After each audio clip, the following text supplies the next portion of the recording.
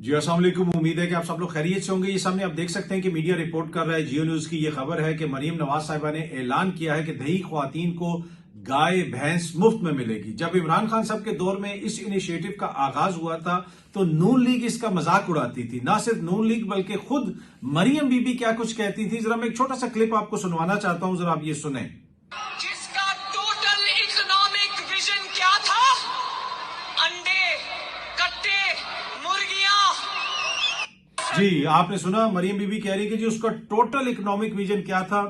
अंडे, बकरियां, कट्टे। ये उस वक्त मजाक उड़ाते थे, लेकिन अब वही हुकूमत ये ऐलान कर रही है कि हम दही इलाकों में लोगों को गाय या भैंस या इसकी बकरी या दीगर चीजें जो है मुफ्त में दी जाएंगी। इस तरह की सहूलत भी दी जाएगी कि वो जानवर खरीद सकेंगे।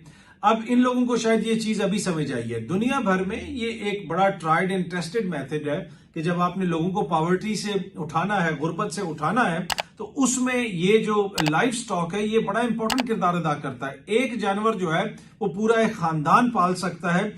और ये कोई मैं नहीं कह रहा, या कोई पाकिस्तान की कोई हुकूमत या इमरान खान साहब की हुकूमत ने दुनिया में पहली दफा ये बात नहीं की थी। ये सामने आप देख सकते हैं, बीबीसी रिपोर्ट कर रहा है कि Bill Gates launches chicken plan to help Africa poor, कि ये दुनिया भर में होता है जनाब। ये दूसरा आप ये सामने देख सकते हैं, the role of livestock in economic development and poverty reduction. ये सामने बरतानिया की हुकूमत की वेबसाइट के ऊपर ये लिखा हुआ है। ये एक और 5 ways animal help reduce global poverty. दुनिया भर की जो मुख्तलिफ एनजीओज हैं, मुख्तलिफ हुकूमतें हैं, मुख्तलिफ खैराती इदारे हैं जो आलमी सतह पे काम कर रहे हैं, उनको पता है कि ये कितनी इंपॉर्टेंट चीज है और कैसे इससे गुर्बत खत्म की जा सकती है। लेकिन उस वक्त ये लोग मजाक उड़ाते थे। उस वक्त मरियम बीबी कहती थी कि इसका टोटल इकोनॉमिक विजन ये है कि ये अंडे, मुर्गियां और बकरियों की बातें करता है, इसलिए कि इन्होंने कभी गुर्बत देखी नहीं। ये अगर आम लोगों में से हो, इनको आम लोगों का पता हो, तो ये चीज इनको समझ आए। अब इनको किसी एडवाइजर ने बताया होगा कि जनाब ये चीजें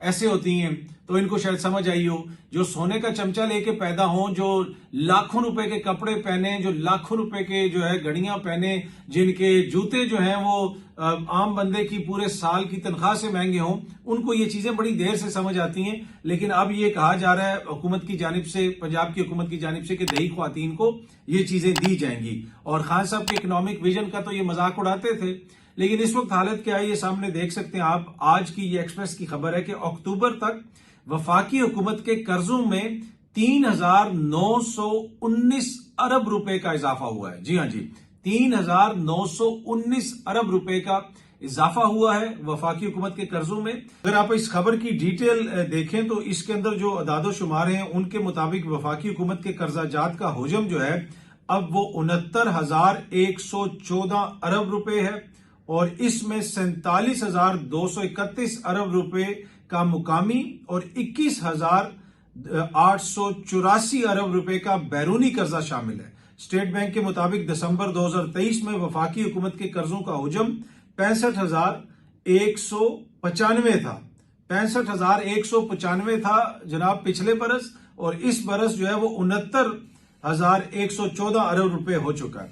ये हमारे मुल्क की इकोनॉमिक हालत है और ये इनका इकोनॉमिक विजन है। और जितने कर्जे हैं हमारे पे, मुकामी कर्जे, आलमी सतह के कर्जे, बैरूनी कर्जे, और उसके बाद भी आप देखें इनका लाइफस्टाइल, हमारे हुक्मरानों का लाइफस्टाइल, अफसरशाही का लाइफस्टाइल। जनाब गाड़ियां मिली हुई हैं, प्रोटोकॉल मिले हुए हैं, डीजल मिल रहा है, वो हर चीज आपको मुफ्त मिल रही है। इन गाड़ियों के अंदर ये जो प्रोटोकॉल की गाड़ियां गुजर रही होती हैं, जिसमें आप देखते हैं कि जनाब कोई भी शख्सियत जा रही है, आगे भी गाड़ी है, पीछे भी गाड़ी है, उसके अंदर ना डीजल जलता है, ना उसके अंदर पेट्रोल जलता है, उसके अंदर आपके बच्चों का खून जलाया जाता है। और ये 76 बरस से आपके बच्चों का खून जला रहे हैं, आपके बच्चों का हक जला रहे हैं। जब तक ये चीजें इसी तरह चलती रहेंगी तो हर साल हमें यही बताया जाएगा कि जनाब कर्जों में इतना इजाफा हो गया है। क्या आम बंदे की जिंदगी में कोई बेहतरी आई है? ये कर्जे सिर्फ शरीफ, भुट्टो और जितने भी जो खानदान हैं जिन्होंने इस मुल्क में हुक्मरानी करनी है, ये सिर्फ उनके बच्चों के लाइफस्टाइल बेहतर करने के लिए, उनको बेहतर अपॉर्चुनिटीज इस मुल्क में देने के लिए लिए जाते हैं, या फिर ये कर्जे जो है पाकिस्तान की आवाम की बेहतरी के लिए लिए जाते हैं? वो कितनी बेहतरी होती है आवाम की, उसकी तफसील में मुझे जाने की जरूरत नहीं है। अच्छा जी, साल 2024 अब खत्म हो रहा है और 2025 आ रहा है। आज 30 दिसंबर 2024 है, एक दिन के बाद नया साल शुरू हो जाएगा। और बहुत सारे इसके ऊपर तजिए तबसरे किए जा रहे हैं कि 2024 कैसा रहा। इकोनॉमिक लिहाज से भी बातें हो रही हैं, सियासी लिहाज से भी बातें हो रही हैं, और इसके ऊपर हम भी बहुत सारी बातें कर सकते हैं, लेकिन कुछ चीजें जो है वो मेरे ख्याल में उनका जिक्र करना बहुत जरूरी है। साल 2024 जो है वो सियासी और जमहूरी जो राइट्स हैं उनके हवाले से एक तारीख साल के तौर पर याद रखा जाएगा। इस बरस हमने देखा कि काजी फाइज ईसा की अदालत ने जो पाकिस्तान की जमहूरियत और जो पाकिस्तान की अवाम के साथ किया, उसकी कोई मिसाल नहीं मिलती। किसी भी जमहूरी दौर में ये कुछ नहीं हुआ जो ये लोग कर रहे हैं या काजी फाइज ईसा साहब करके गए हैं। इलेक्शन से पहले सबसे बड़ी जमात से सिंबल छीना गया। वो जो सिंबल होता है वो जमहूर की अमानत होती है, उसको देख के अवाम ने अपना राइट जो है, उसका वोट का राइट है, उसको इस्तेमाल करना होता है। करोड़ों लोगों को एक तरह से डिसफ्रेंचाइज किया गया, महरूम किया गया। उनको पता नहीं चलेगा कि जी हमने किस सिंबल पे डालना है, वोट डालना है, लेकिन उसके बावजूद लोग बाहर निकले, लोगों ने वोट डाला। फिर 8 फरवरी को लोगों ने एक फैसला सुनाया। उस फैसले को किस हद तक माना गया, फॉर्म 45 और 47 की जो बहस है वो आपके सामने है, मुझे उसकी तफसील में जाने की जरूरत नहीं। फिर आप देखते हैं कि शख्सी आजादियों के हवाले से यहाँ पे एक्स बंद है, ट्विटर बंद रहा, पूरा बरस ट्विटर बंद रहा। उसके बाद दफा 144 बार बार लगाई गई। जिस किस्म की कानून साजी की गई, जो रिप्रेशन है उसको आईनी और जमहूरी शक्ल दी गई कि जनाब हमारी मर्जी के बगैर आप जलसा करेंगे तो 10 साल भी सजा हो सकती है, 3 साल सजा भी हो सकती है। और जो ही कोई जलसे की बात हो, जुलूस की बात हो, फंडामेंटल राइट्स की बात हो, 144 लगा देते हैं जी, कोई यहां पे इकट्ठा नहीं हो सकता, कोई यहां पे जलसा जुलूस नहीं कर सकता। फिर 26वीं आईनी तरमीम के अंदर तो बहुत सारे मसाइल हैं, लेकिन वो जिस तरीके से करवाई गई उस पर अख्तर मैंगल साहब ने, चकजई साहब ने, मौलाना ने, आप पीटीआई वालों को तो छोड़ दें, वो तो वैसे ही हुकूमत मुखालिफ हैं, उन्होंने किस किस्म की बातें की कि हमारे अरकान के साथ क्या कुछ हुआ, किस तरह हुआ। बिलावल भुट्टो साहब ने किस तरीके से कहा कि जी ब्रूट मेजॉरिटी इस्तेमाल करते हुए हम इसको बिल्डोज करेंगे। और फिर 26वीं आईनी तरमीम के जरिए जिस तरीके से अदलिया पे शबखून मारा गया, एक सिस्टम था, अदलिया के अंदर नए चीफ जस्टिस आते थे, कोई उसमें कंट्रोवर्सी नहीं होती थी। लेकिन अब एक ऐसा कमीशन जिसमें हुकूमत की एक तरह से अक्सरियत है, वो बैठ के ये फैसला करता है कि अगला चीफ जस्टिस कौन होगा। 3 नाम आएंगे, उसमें से एक को वो किसी लगाएंगे। आईनी बेंच बन गया, वो किस तरीके से बना, उसमें किसने किस किस को वोट डाला, वो भी सबके सामने है।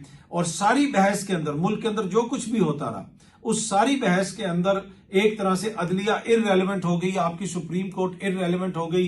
अब कोई बात ही नहीं करता कि जी सुप्रीम कोर्ट समोटो ले लेगी, सुप्रीम कोर्ट से हुकूमत को मसला हो जाएगा, सुप्रीम कोर्ट हुकूमत को खींचेगी।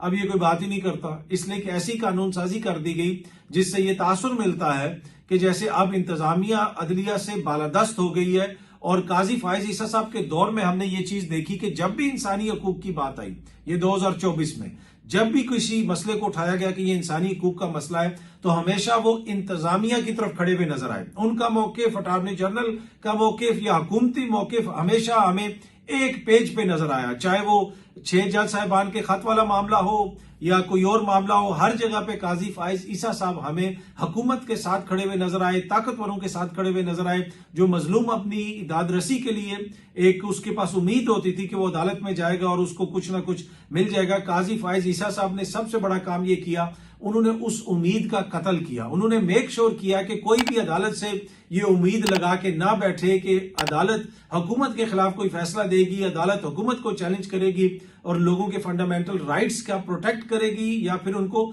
रिस्टोर करेगी। तो ये काजी फाइज ईसा साहब 2024 में करके गए हैं। इसके अलावा और भी बहुत सारी चीजें हैं, जिस तरीके से यहाँ पे एहतजाज को कुचलने की कोशिश की गई। 26 नवंबर को एक वाकया पेश आया, उस हवाले से इल्जामात लग रहे हैं दोनों तरफ से, लेकिन अगेन अदालत इररेलेवेंट है। सुप्रीम कोर्ट, पहले अगर आप सोच सकते थे कि कुछ अरसा पहले इस तरह का कोई वाकया होता तो हर तरफ से आवाजें आनी थी कि सुप्रीम कोर्ट समोटो ले लेगी, और क्या पता सुप्रीम कोर्ट समोटो ले भी लेती। लेकिन अब जिस किस्म की कानून साजी कर दी गई है, उसके बाद तो जो हालात हैं वो आपके सामने है। तो 2024 इस हवाले से काफी ज्यादा प्रॉब्लमेटिक रहा। फिर फौजी अदालतों से लोगों को सजाएं हुई, उसके ऊपर भी आलमी सतह पे जिस किस्म की तनकीद हुई वो भी हमारे सामने है। तो ये सब कुछ जो मैंने आपको चीजें गिनवाई, ये सारी चीजें नहीं है। फिर गिरफ्तारियां, छापे, ये वो, सहाफियों के खिलाफ कार्रवाइयां, वो सब कुछ, उसमें बहुत सारी चीजें मैं ऐड कर सकता हूं। लेकिन इंपॉर्टेंट चीज क्या है, जो चीज आपने याद रखनी है, वो इंपॉर्टेंट चीज ये है कि ये सब कुछ उस वक्त हुआ जब बिलावल सुबह उठ के रोज मुझे, आपको, पूरी कौम को फकी देता है जमहूरियत की, और दूसरी तरफ शहबाज शरीफ साहब पूरी कौम को जमहूरियत की खबरें सुनाते हैं। और ये दोनों जमातें जो हैं, नून लीग और पीपल्स पार्टी, इमरान खान के दौर में हाइब्रिड निजाम को रोते थे और कहते थे कि हमने हकीकी जमहूरियत इस मुल्क के अंदर लेके आनी है। और उसमें इस सारे खेल के अंदर दीगर जमातों का जो किरदार है वो भी आपके सामने है, चाहे उसमें MQM हो जाए, चाहे उसमें ANP हो जाए, चाहे उसमें जमात इस्लामी हो जाए, ये सारों का जो किरदार है वो आपके सामने है। हाफिज नईमुर रहमान साहब आए थे, उन्होंने भी एक धरना भी किया जी 2024 में। ये एक अनोखा वाकया ये था कि धरना किया गया कि बिजली सस्ती करें, नहीं तो हम धरना यहां से खत्म नहीं करेंगे। और माशाल्लाह वो बिजली महंगी करवा के धरना उठा के वापस लेके गए। तो बहुत कुछ यहाँ पे हुआ। फिर जिस तरीके से पाकिस्तान तहरीक इंसाफ ने इलेक्शन जीता, उसके बाद उनके पास अब मसला था कि किस जमात में वो शामिल हो। तो सुन्नी इत्तेहाद कौंसिल का नाम सामने आया, उसके अलावा मजलिस वादत मुस्लिमीन का नाम सामने आया, जमात इस्लामी का नाम सामने आया। तो ये सोचा जा रहा था कि जी किस जमात में हम जाएं, क्योंकि सुन्नी इत्तेहाद कौंसिल का शायद उस तरीके से किसी बंदे ने इलेक्शन नहीं लड़ा था, लेकिन MWM मजलिस वादत मुस्लिमीन के एक रुकन गालिबन उन्होंने इलेक्शन भी लड़ा था और शायद वो जीते हुए भी थे। तो कहा गया कि उसमें शामिल हो जाएं या फिर जमात इस्लामी में शामिल हो जाएं। तो तहरीक इंसाफ के एक सीनियर रहनुमा से उन दिनों में मेरी बात हो रही थी और मैंने ये पहले भी उस वक्त भी ब्लॉग के अंदर जिक्र किया था। उन्होंने कहा कि हमारा मामला जमात इस्लामी से तय हो जाएगा और हम लोग जमात इस्लामी में शामिल हो जाएंगे और मुल्क की सबसे बड़ी जमात बन जाएंगे, और कौमी असेंबली के अंदर भी और सूबाई असेंबली के अंदर भी। तो मैंने उनको कहा कि जमात इस्लामी जो है, अगर आप ये समझ रहे हैं कि वो वक्त की जो ख्वाहिशात हैं उसके मुखालिफ जाएगी और जमात इस्लामी कोई ऐसा मौकिफ लेगी कि वो आपके साथ खड़ी हो जाएगी, तो वो मजलिस वादत मुस्लिमीन राजा नासिर अब्बास तो खड़ा हो जाएगा, जो साहबजादा हामिद रजा साहब है वो तो खड़े हो जाएंगे, लेकिन जमात इस्लामी से जो आपकी ये तवक्को है वो मेरे ख्याल में आपको मायूसी होगी। उनके खमीर में ही ये नहीं है जमात इस्लामी की, वो स्टेटस को की पार्टी है, वो जिस तरीके से चलती है वो उन्होंने कहा नहीं जी नहीं, आपको क्या पता, आपको उनसे सियासी लोग हैं, सियासी लोग तो हम हैं। तो फिर हुआ यही कि जमात इस्लामी ने कहा जी सूबाई सतह तक तो हम आपके साथ चलेंगे, लेकिन वफाक में हम आपके साथ नहीं चलेंगे, क्योंकि जमात इस्लामी को पता था कि प्रेशर आएगा, लोग नाराज होंगे, तो जमात इस्लामी ने नहीं लिया। तो सारी जमातों का इसमें किरदार रहा है 2024 के अंदर। अच्छा, शाहिद खाकान अब्बासी साहब ने कहा है कि हुकूमत को इतराफ करना पड़ेगा कि आपसे मुल्क नहीं चल रहा, आपको पीछे हटना पड़ेगा।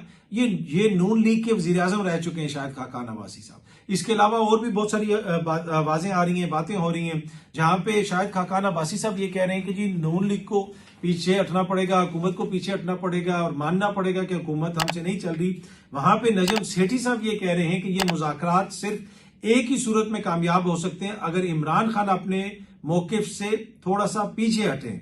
इमरान खान की पोजीशन एक हद तक बहुत मजबूत है और एक हद तक बहुत कमजोर है। मजबूत इसलिए कि अवाम उनके साथ है, कमजोर इसलिए कि सारे स्टेक होल्डर्स उनके खिलाफ हैं। अब ये है हमारे मुल्क में दानिश्वरी कि सारे स्टेक होल्डर्स जो हैं वो इमरान खान के खिलाफ है, अवाम उसके साथ है, मुल्क में जमहूरियत है, लेकिन स्टेक होल्डर्स कौन स्टेक होल्डर है जी? मियां नवाज शरीफ साहब, जरदारी साहब, ये स्टेक होल्डर्स हैं जिनके साथ अवाम ही नहीं है। तो दानिश्वर जो है उसने पाकिस्तान के अंदर पाकिस्तान की अवाम को स्टेक होल्डर ही नहीं माना। वो कहता है जी स्टेक होल्डर कोई और है। एक और साहब की मैं गुफ्तगू सुन रहा था, वो फरमा रहे थे कि जो तीसरी दुनिया वहां पे किधर इंसाफ होता है, पाकिस्तान में तो चले फिर ये थोड़ा बहुत अंग्रेजों की वजह से और ये वो पार्लियामेंट आइन की वजह से थोड़ी बहुत चीजें हैं, बाकी दुनिया में किधर होता है, इस मुल्क में भी नहीं है, उस मुल्क में भी नहीं है। अब ये वो अलमिया है जो हमारे साथ हुआ है। हम क्यों उनकी मिसालें देते हैं कि जहां पे तबाही है, जहां पे कुछ नहीं है? क्या दुनिया में इंसाफ नहीं होता? क्या हमारा ये फर्ज नहीं है हम अपनी कौम को बताएं कि देखें जनाब स्कैंडिनेविया में ये होता है, अमेरिका में ये होता है, फलानी जगह पे ये होता है, तो हमारे मुल्क में भी ये होना चाहिए। क्या हमने तीसरी दुनिया में ही रहना है? हमने ये फैसला कर लिया है कि हम तीसरी दुनिया में पैदा हुए हैं और तीसरी दुनिया में ही रहेंगे? भाई अचीव नहीं कर सकते तो कम से कम ख्वाब तो बड़े देखो, कौम को कम से कम ये तो बताओ ना कि यार ऐसा नहीं होना चाहिए, ये नाइंसाफी है। कैसे किसी के साथ नाइंसाफी हो सकती है? तो ये हमारे मुल्क में दानिश्वर तबका जो है उसकी ये हालत है और ये वो अलमिया है जो 76 बरस में हमारे साथ हुआ। तो नौजवान नस्ल के ऊपर तनकीद तो की जाती है, लेकिन इस नौजवान नस्ल को विरसे में मिला क्या है?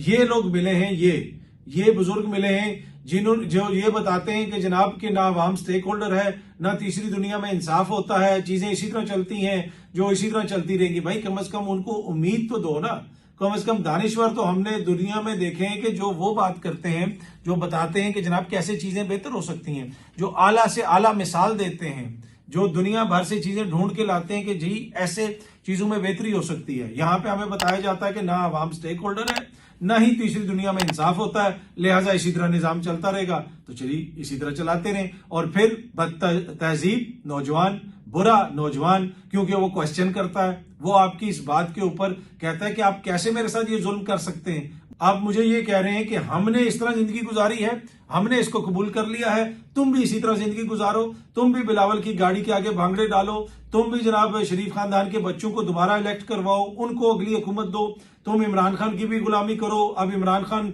अगर सही करता है या गलत करता है, उसको वो जैसा भी करता है तुम वो भी मान लो, जमात इस्लामी वाली जैसे करते हैं तुम वो भी मान लो, मतलब जैसे चल रहा है निजाम वैसे ही चलाते रहो। हाँ, अगर कोई तब्दीली की बात करे, कोई ऐसी बात करे तो वो जनाब नापुख्ता जहन है, वो बद तहजीब है, वो गैर शाइस्ता है। ऐसी बात नहीं है जनाब, हर चीज शाइस्तगी के दायरे में भी हो सकती है। इससे बड़ी बद तहजीबी और गैर शाइस्तगी क्या होगी कि जब आप ये कहें कि जो नाइंसाफी हो रही है वही एक नॉर्म है, वो एक आम सी चीज है, उसको मान लो। तो इससे बड़ी बद तहजीबी और क्या हो सकती है। बहुत जल्दी आप सब दोस्तों से दोबारा मुलाकात होगी। Thank you very much.